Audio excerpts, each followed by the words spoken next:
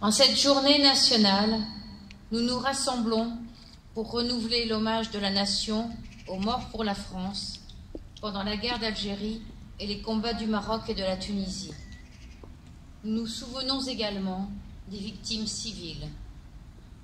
Il y a 60 ans, la guerre d'Algérie entrait dans sa 4e année.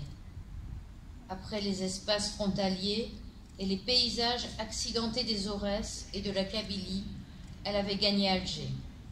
Un pas supplémentaire tant la violence était franchie.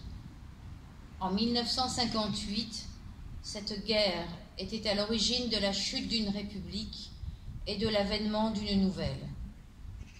Il y a 60 ans, des soldats de métier, des centaines de milliers de jeunes hommes appelés ou rappelés sous les drapeaux et des membres des forces supplétives combattaient pour la France. Alors que la conscription battait son plein, toute une génération d'appelés a eu 20 ans dans les Aurès. Elle y a découvert le visage de la guerre d'Algérie, une guerre âpre et éprouvante, violente, brutale, une guerre qui marque pour la vie. Tant de soldats combattants, tant de familles concernées, tant de conséquences sur notre histoire.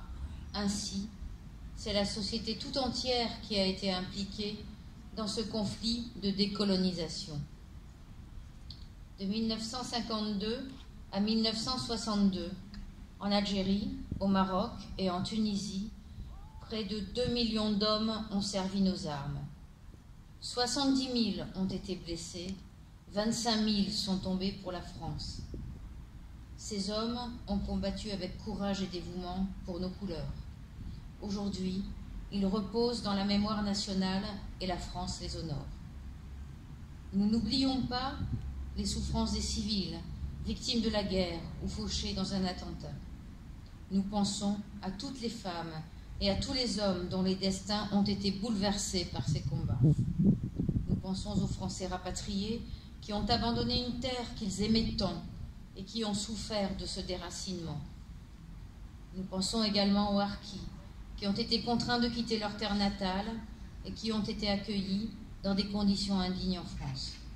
Nous pensons aux disparus, à ces hommes et à ces femmes, civils et militaires, dont la trace a été perdue.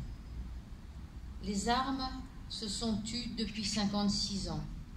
Progressivement, l'histoire s'empare de cette période dont la mémoire demeure, aujourd'hui encore vive et plurielle.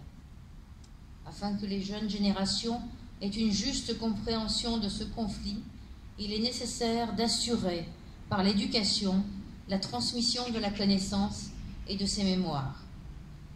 Pour cela, nous ne devons pas oublier les femmes et les hommes qui ont participé ou qui ont subi ces conflits et ces combats. C'est le sens de cette journée nationale.